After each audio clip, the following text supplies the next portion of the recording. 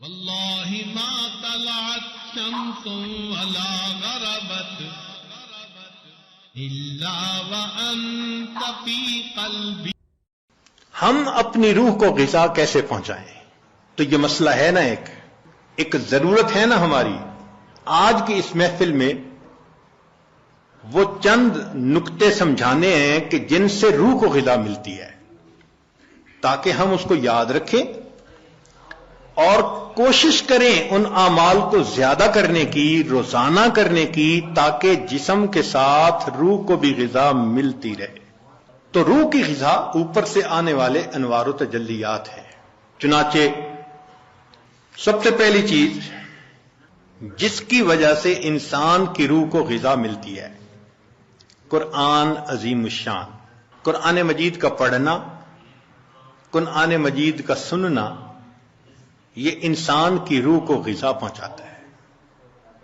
اور دلیل قرآن عظیم الشان میں سے وَإِذَا قُرِئَ الْقُرْآنُ فَاسْتَمِعُوا لَهُ وَأَنصِتُوا لَعَلَّكُمْ تُرْحَمُونَ.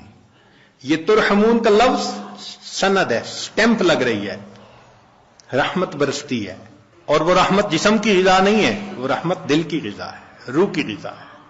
جس قرآن مجید کو سننے سے رحمت برستی ہے، اس کو پڑھنے سے کتنی رحمت برستی ہوگی. یہاں تو کہا نا کہ جب پڑھا جائے تو تم سنو تاکہ رحمت برسے. تو سننے والے پر رحمتیں برس رہی ہیں، تو پڑھنے والے پر کیا رحمتیں برستی ہوں. تو اس کا مطلب یہ کہ ہم روزانہ فجر کی نماز پڑھا کریں، تو پھر سورہ یاسین پڑھا کریں، قرآن مجید پڑھا کریں، فوراً اپنی روح کو ناشتہ کروانے کی کوشش کیا کریں. اس لیے ابن تیمیہ رحمۃ اللہ علیہ فجر کے بعد اشراق تک مسجد میں بیٹھے رہتے تھے. لوگ کہتے تھے کیا وجہ ہے، آپ نے ناشتہ نہیں کرنا؟ تو وہ فرماتے تھے کہ تم اپنے جسموں کو ناشتہ کروا رہے ہو، میں بیٹھا اپنی روح کو ناشتہ کروا رہا ہوں. تو اس کا مطلب یہ کہ فجر کے بعد تلاوت کا کرنا، تسبیحات کا کرنا، ذکر کا کرنا، یہ انسان کے لیے باطنی غذا کا ذریعہ بنتا ہے. ہم میں سے کتنے ہوں گے جو اس کی باقاعدگی کرتے ہیں؟ الا ماشاء اللہ، معمولی نہیں.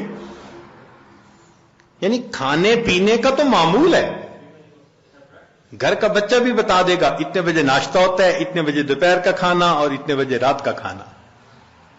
لیکن روحانی غذا کا معمول ہی نہیں. تو معمول بنانا ضروری ہے. جتنے لوگ اولیاء بنے اس دنیا میں، یہ وہ لوگ تھے جو معمولات کرتے تھے باقاعدگی کے ساتھ، تب ان کو وہ نعمت ملی. اتفاقاً نہیں کوئی ولی بن جاتا، اس کے پیچھے محنت ہوتی ہے، تب اللہ کی رحمت متوجہ ہوتی ہے.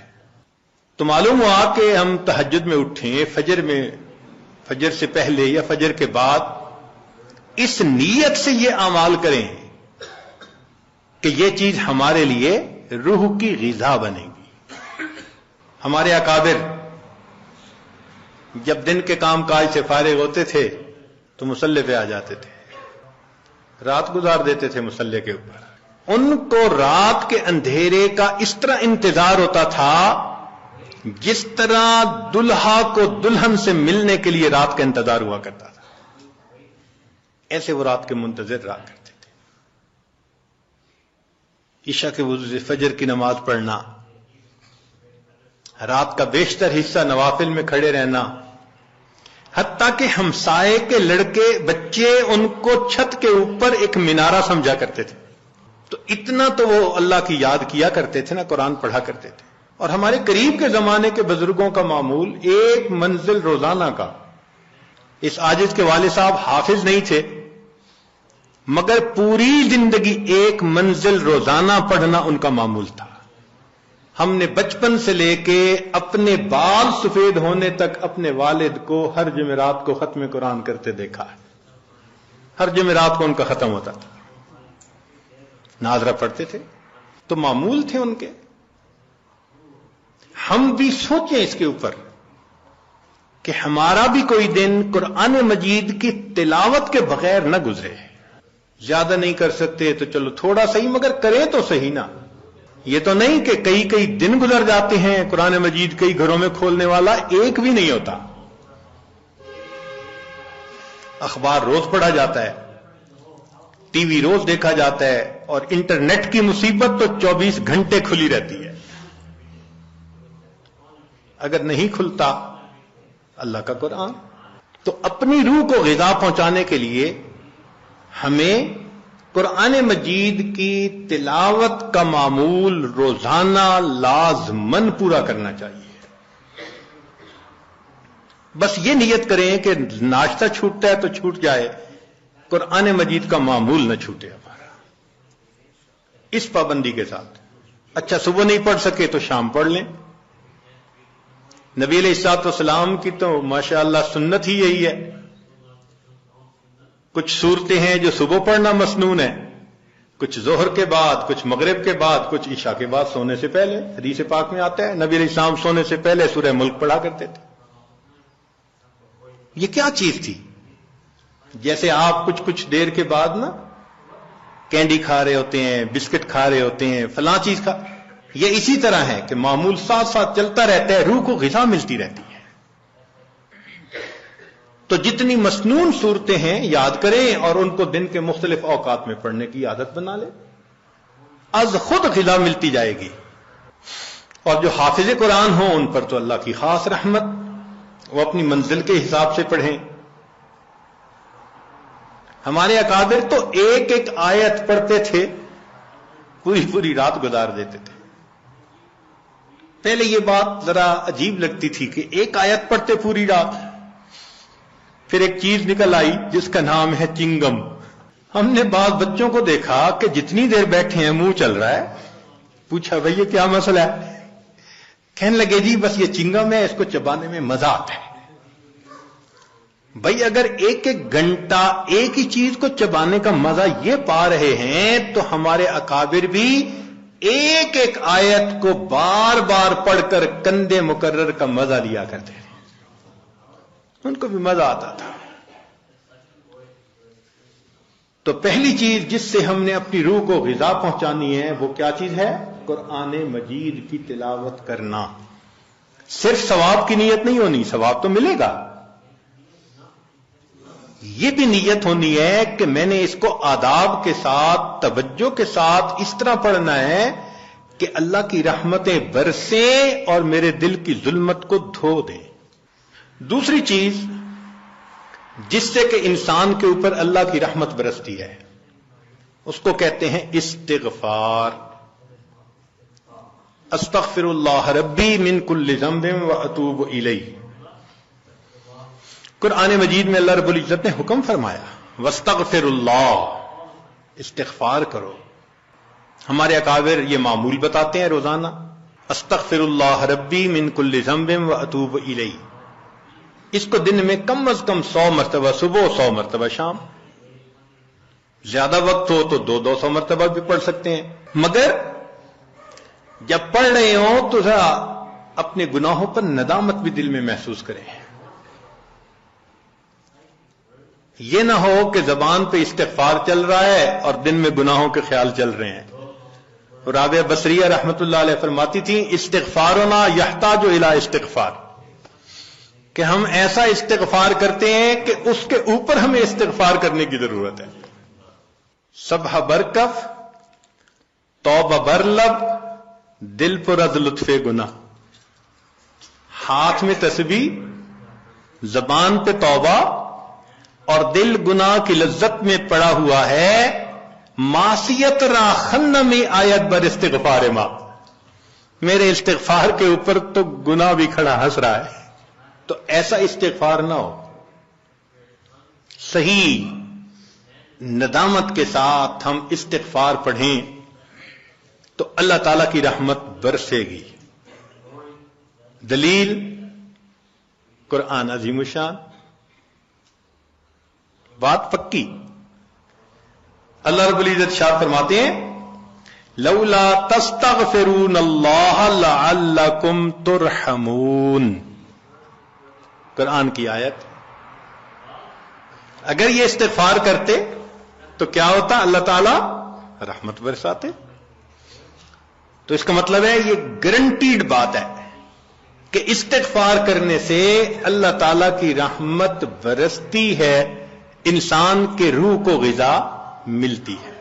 پھر تیسری چیز جس سے کہ اللہ تعالی کی طرف سے رحمت اترتی ہے، درود شریف کا پڑھنا۔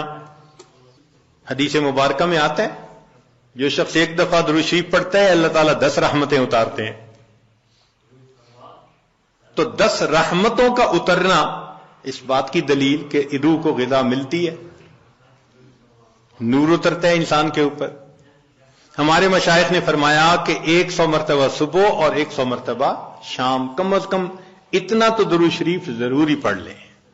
ایک صحابی رضی اللہ عنہ پوچھتے ہیں اللہ کے نبی صلی اللہ علیہ وسلم میں کتنا درود شریف پڑھوں؟ فرمایا زیادہ پڑھ، چوتھائی حصہ زیادہ پڑھو گے تو فائدہ زیادہ۔ اللہ کے نبی صلی اللہ علیہ وسلم آدھا حصہ، بھائی زیادہ پڑھو گے تو زیادہ فائدہ، 3 حصے۔ فرمایا اور زیادہ، تو 4 حصے۔ جب انہوں نے کہا کہ میں پورا وقت درود شریف پڑھنے میں لگا دوں گا، نبی اسلام نے فرمایا اذن یغفر لک ذنبک، تیرے گناہوں کو بخش دیا جائے گا اور تیرے غموں کو تیرے سر سے اتار دیا جائے گا۔ تو درود شریف کے پڑھنے سے اللہ تعالیٰ گناہوں کو معاف کرتے ہیں اور دھو دیتے ہیں۔ صدیق اکبر رضی اللہ عنہ فرمایا کرتے تھے کہ ٹھنڈا پانی آگ کو اتنا جلدی نہیں بجھاتا جتنا جلدی درود شریف کا پڑھنا انسان کے دلوں کی ظلمت کو مٹا دیتا ہے۔ سیدنا علی رضی اللہ عنہ فرمایا کرتے تھے کہ اگر اللہ تعالیٰ اور اس کے رسول صلی اللہ علیہ وسلم نے تسبیح، تکبیر، تحمید، تحلیل ان کے فضائل نہ بتائے ہوتے تو میں اپنا پورا وقت درود شریف کے پڑھنے میں گزار دیتا۔ تو ہم بھی درود شریف پڑھیں، کم از کم 100 مرتبہ صبح اور 1 مرتبہ شام۔ اس سے کیا ہوگا کہ دل کو غذا پہنچ جائے گی۔ چوتھی چیز اللہ کا ذکر کرنا، ذکر لسانی یا ذکر قلبی، جیسا بھی معمول ہو، ذکر کے کرنے سے اللہ تعالی کی رحمت اترتی ہے۔ اور حدیث پاک سے دلیل نزلت علیہم السکینہ، ان کو رحمت ڈھانپ لیتی ہے، ملائکہ آ جاتے ہیں ان کے اوپر۔ جہاں لوگ مل بیٹھتے ہیں مختلف جگہوں سے آئے ہوئے اللہ کو یاد کرنے کے لیے، تو ذکر کرنے سے سکینہ کا نازل ہونا بھی اس بات کی دلیل کہ انسان کے دل کو غذا ملتی ہے۔ ذکر سے ذات کی محبت بھی پیدا ہوتی ہے۔ جتنا جس چیز کا تذکرہ زیادہ کریں اتنا اس سے محبت ہوتی ہے۔ تو کثرت ذکر کا حکم اس لیے کہ اس سے اللہ رب العزت کی محبت انسان کے دل میں بڑھتی ہے۔ یہ نغمہ فصل گل و لالا کا نہیں پابند، بہار ہو کہ خزاں لا الہ الا اللہ۔ ہمیشہ ذکر کرنا ہے، ہر وقت کرنا ہے۔ موسموں کے بدلنے کا اس پہ اثر نہیں ہوتا، اس لیے ہمارے اکابر صبح شام کا کچھ وقت تھا جس میں تنہائی میں بیٹھ کے اللہ کا ذکر کثرت کے ساتھ کیا کرتے تھے۔ پھر پانچویں چیز جس سے کہ انسان کے اوپر رحمت اترتی ہے وہ ہے اتباع سنت۔ جتنا ہر عمل سنت کے مطابق ہوتا جائے گا اتنا اللہ کی رحمت ہم پہ برستی جائے گی، جتنا ہر عمل سنت کے مطابق۔ اس لیے ہمارے سلسلہ یا نقشبندیہ میں بیعت ہونے کے بعد پہلا کام یہی بتاتے ہیں، ہر کام کو سنت کے مطابق کرنا ہے۔ سر کے بالوں سے لے کے پاؤں کے ناخنوں تک اپنے آپ کو سنت کے مطابق ڈھالنا ہے۔ کیوں؟ ایک تو اجر ہے، ایک قرب ہے، اللہ کی محبوبیت ملتی ہے، اور تیسرا یہ چیز انسان کے روح کی غذا بھی ہے۔ دلیل قرآن عظیم الشان میں سے ارشاد فرمایا اطیعوا اللہ والرسول لعلکم ترحمون، اللہ اور اس کے رسول کی اطاعت کرو تو کیا ہوگا؟ تمہارے اوپر رحمت برسے گی۔ تو اتباع سنت سے بھی انسان پر رحمت برستی ہے۔ پھر چھٹی چیز اہل اللہ کی صحبت اختیار کرنا. قرآن مجید میں تو حکم دیا گیا یا ایھا الذین آمنوا اتقوا اللہ وکونوا مع الصادقین. یہ کونو حکم ہے اور حدیث پاک میں بھی حکم دیا گیا. نبی علیہ السلام نے ارشاد فرمایا علیکم بمجالسۃ العلماء واستماع کلام الحکماء فإن اللہ تعالی یحیی القلب المیت بنور الحکمہ کما یحیی الارض المیت بماء المطر. کہ جس طرح بارش کے اترنے سے اللہ مردہ زمین کو زندہ کر دیتے ہیں، اسی طرح اہل اللہ کی حکمت بھری باتوں سے اللہ دلوں کو زندہ فرما دیتے. تو دلوں کو غذا کا ملنا حدیث سے ثابت.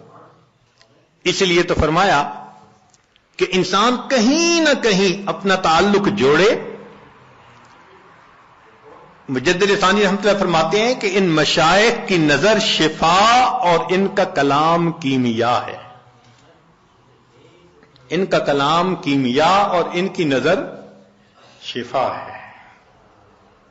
ہے وہی تیرے زمانے کا امام برحق، ہے وہی تیرے زمانے کا امام برحق جو تجھے حاضر و موجود سے بیزار کرے، دے کے احساس زیاں تیرا لہو گرما دے، فقر کی شان چڑھا کر تجھے تلوار کرے.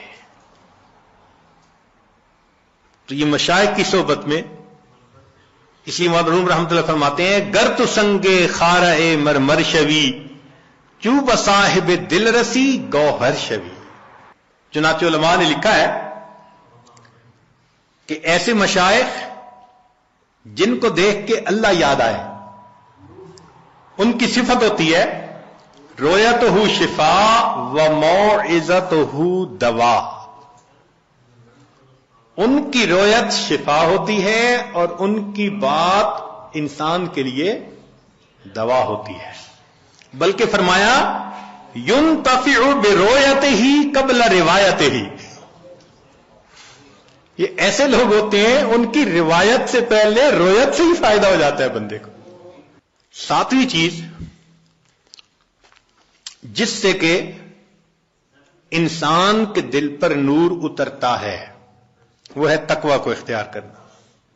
اس لیے ہمارے مشائخ جہاں اتباع سنت کا تلقین کرتے ہیں وہاں ساتھ گناہوں سے بچنے کا بھی حکم دیتے ہیں. بھئی گناہوں سے اپنے آپ کو بچاؤ، اور گناہوں سے بچنا، مشتبہات سے بچنا، اسی کا نام تقوی ہے. جتنا تقوی اختیار کریں گے اتنا اللہ کی رحمت برسے گی. جی تقوی اختیار کرنے سے بھی رحمت برستی ہے. وہ کیسے؟ دلیل قرآن عظیم الشان. قرآن مجید کی آیت ہے، اللہ ارشاد فرماتے ہیں واتقوا اللہ لعلکم ترحمون. تم تقوی اختیار کرو تم پر رحمتیں برسائی جائیں گی. تو تقوی کے اختیار کرنے سے بھی رحمت برسی. اس لیے یہ مہینہ رحمت کا مہینہ کیوں کہلاتا ہے؟ اس لیے کہ یہ ماہ سیام ہے، اور سیام کا اصل مقصد کیا ہے؟ لعلکم تتقون. اور تقوی سے رحمت برستی ہے. اس لیے اس کو شہر الرحمہ کہا، شہر الغفران کہا، حدیث مبارکہ میں شہر عظیم کہا اس شہر اس مہینے کو. اور ہم تو صرف رمضان کی برکتیں اگر لے پائے تو بڑی بات. ہمارے مشائخ تو پوری زندگی اسی ترتیب پہ گزارتے تھے. فرماتے تھے الدنیا یوم ولنا فیہا صوم. دنیا ایک دن کی ہے اور ہم نے اس ایک دن میں روزہ رکھا ہوا ہے. یعنی گناہوں سے بچنے کا روزہ، یہ مقصد تھا ان کا. پوری زندگی اسی طرح گزار دیتے تھے. اس لیے فرمایا للصائم فرحتان. روزہ دار کے لیے دو خوشیاں ہوتی ہیں. فرحت عند الافطار، ایک تو افطار کے وقت خوشی، وفرحت عند لقاء الرحمن، جب رحمان سے ملیں گے اس وقت بھی خوشی ہوگی. اس لیے یہ رمضان کا مہینہ انسان کے دل کو منور کر دیتا ہے. ظاہر میں تو نظر آتا ہے کہ جی بھوکا رہنا پڑے گا، مگر کہاں بھوکا رہنا پڑتا ہے. اگر اوور آل دیکھیں تو رمضان میں انسان زیادہ کھاتا ہے, اور جتنی نعمتیں رمضان میں ملتی ہیں باقی مہینے میں تو ملتی نہیں ہے. مگر رمضان المبارک میں واقعی روزہ دار پر اللہ کی رحمت برستی ہے. پھر 9ویں چیز کہ انسان اللہ رب العزت سے دعا بھی مانگے, یہ اعمال بھی کرے اور ان اعمال کو کر کے اللہ تعالی سے دعا بھی مانگے. اے اللہ میرے دل کو منور فرما دیجئے, میرے دل کو غذا پہنچا دیجئے, میری روح کو منور کر دیجئے. اور یہ چیز حدیث پاک سے ثابت ہے. نبی علیہ الصلوۃ والسلام جب فجر کی سنتیں ادا فرما کے مسجد میں تشریف لے جاتے تھے تو حدیث پاک میں ہے کہ راستے میں نبی علیہ السلام دعا مانگتے تھے, اللہم اجعل فی قلبی نورا وفی بصری نورا وفی سمعی نورا وعن یمینی نورا وعن شمالی نورا ومن خلفی نورا ومن امامی نورا واجعل لی نورا. اللہ مجھے ہی نور بنا دے. اب یہ دیکھیے کتنی اہم بات ہے, ہم میں سے کتنوں کا معمول ہے اس دعا کو پڑھنا. اللہ ماشاء اللہ بہت کم لوگ ہوں گے جو باقاعدہ پڑھتے ہوں گے. اللہ کے حبیب صلی اللہ علیہ وسلم نے تو ہمارے لیے یہ دعا سکھائی ہمیں. دنوں پہ دن گزر جاتے ہیں, مہینوں پہ مہینے, یہ دعا مانگی نہیں ہوتی. اللہ کے حبیب صلی اللہ علیہ وسلم دعا مانگ رہے ہیں, اللہم اجعلنی, اللہ مجھے ہی نور بنا دے. آج وقت ہے اس نور کو حاصل کرنے کا. اگر دنیا میں اس نور کو حاصل نہ کیا تو پھر قیامت کے دن پریشانی ہوگی. اس لیے جو نیک کام کرتا ہے, شریعت و سنت کی اتباع کرتا ہے, اللہ تعالیٰ کا قرب حاصل کرتا ہے تقوی کے ذریعے, تو فرمایا افمن کان میتن فاحییناہ, اور وہ جو مردہ تھا اس کو ہم نے زندہ کیا, وجعلنا لہ نور, اور اس کو ہم نے نور عطا کیا, یمشی بہ فی الناس, اس نور کو لے کے وہ انسانوں میں چلتا ہے اور دین کی دعوت کا کام کرتا ہے. تو اس نور کو دل میں لینا یہ انتہائی ضروری ہے ہمارے لیے. اور اس نور کو لینے کی جگہ فقط یہ دنیا ہے, اس کے بعد یہ نور نہیں مل سکے گا. اس کی مثال یوں سمجھ لیجئے, انسان کے بدن کے بننے کی جگہ ماں کا پیٹ.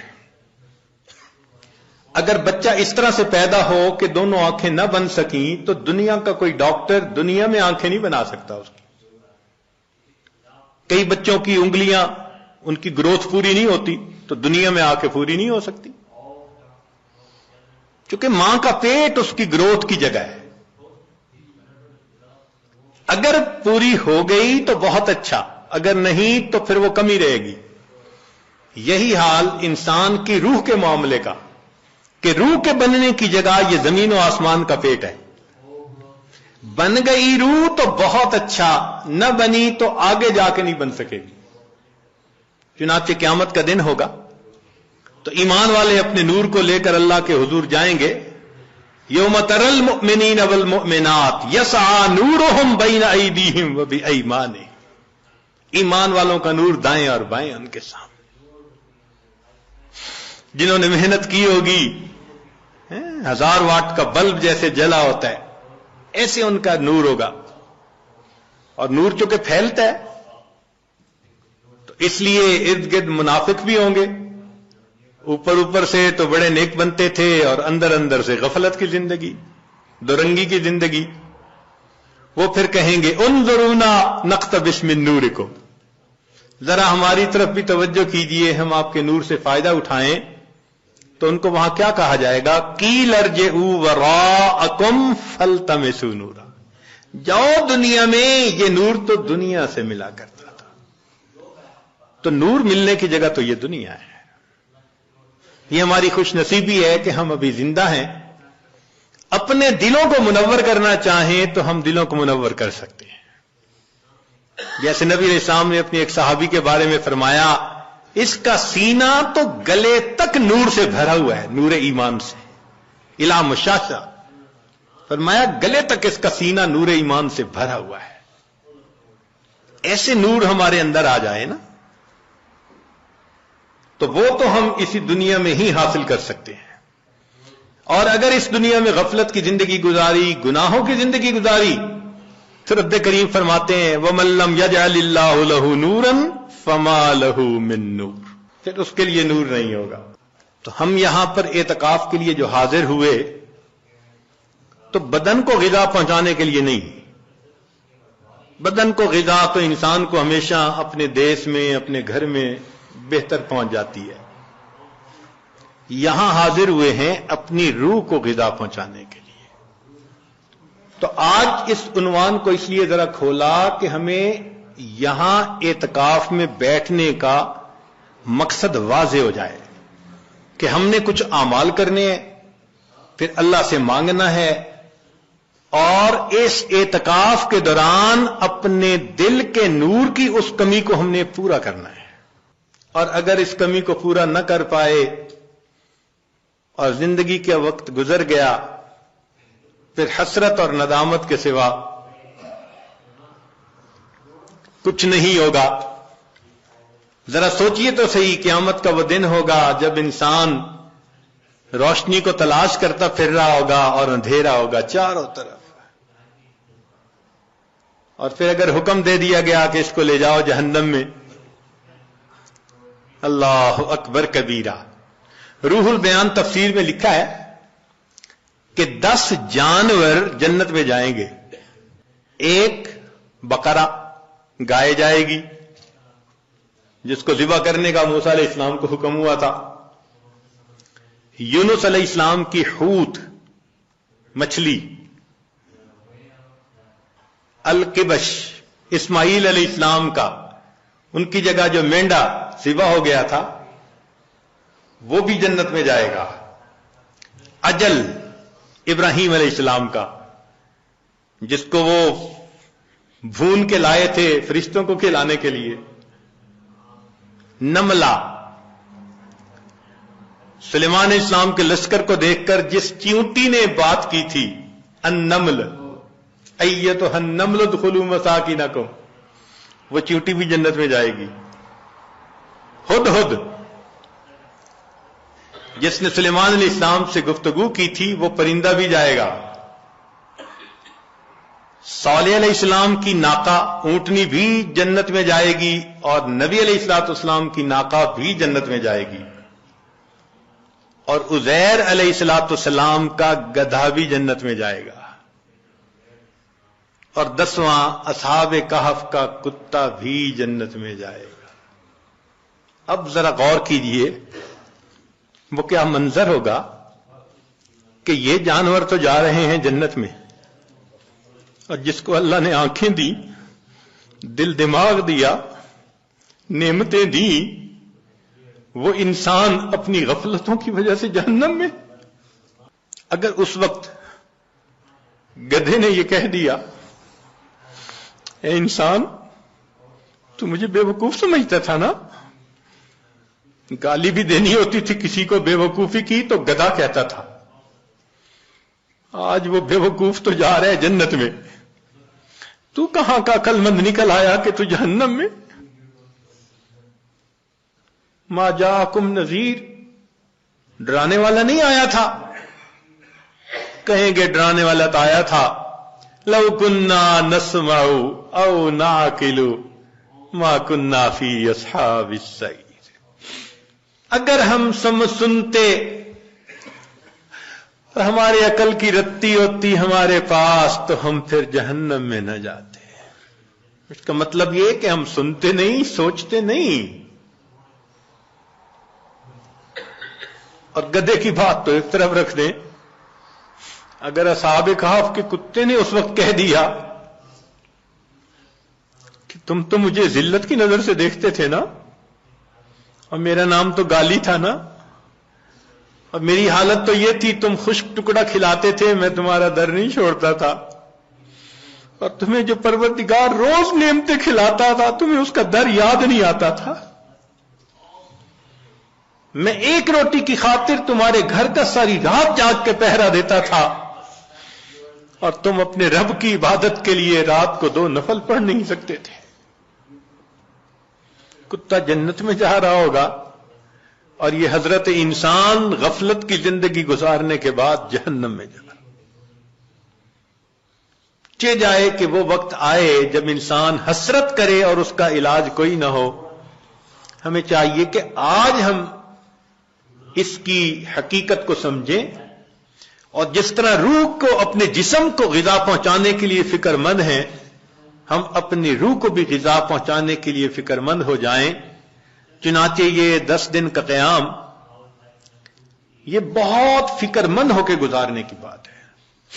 باتیں کرنے نہیں آئے, قصے کہانیاں کرنے نہیں آئے, حال احوال سننے نہیں آئے, بہت سنتے رہتے ہیں. ہاں, اللہ کو منانے کے لیے آئے ہیں. جو گناہوں کے اثرات دل پر ہم آج تک لگا بیٹھے ان کو دھلوانے کے لیے آئے. تو اس کا طریقہ یہ ہے کہ جب اجتماعی عمل ہوں تو اس میں جڑیں, جب انفرادی عمل ہوں تو اپنے وقت پہ انفرادی عمل کریں, لیکن ہر بندے کو ایک فکر لگی ہوئی ہو. ایک ایک منٹ کو آپ کیش کروانے کی کوشش کریں. مسافر کی دعائیں بھی قبول ہوتی ہیں اور مسافر پر اللہ کی رحمت بھی ہوتی ہے.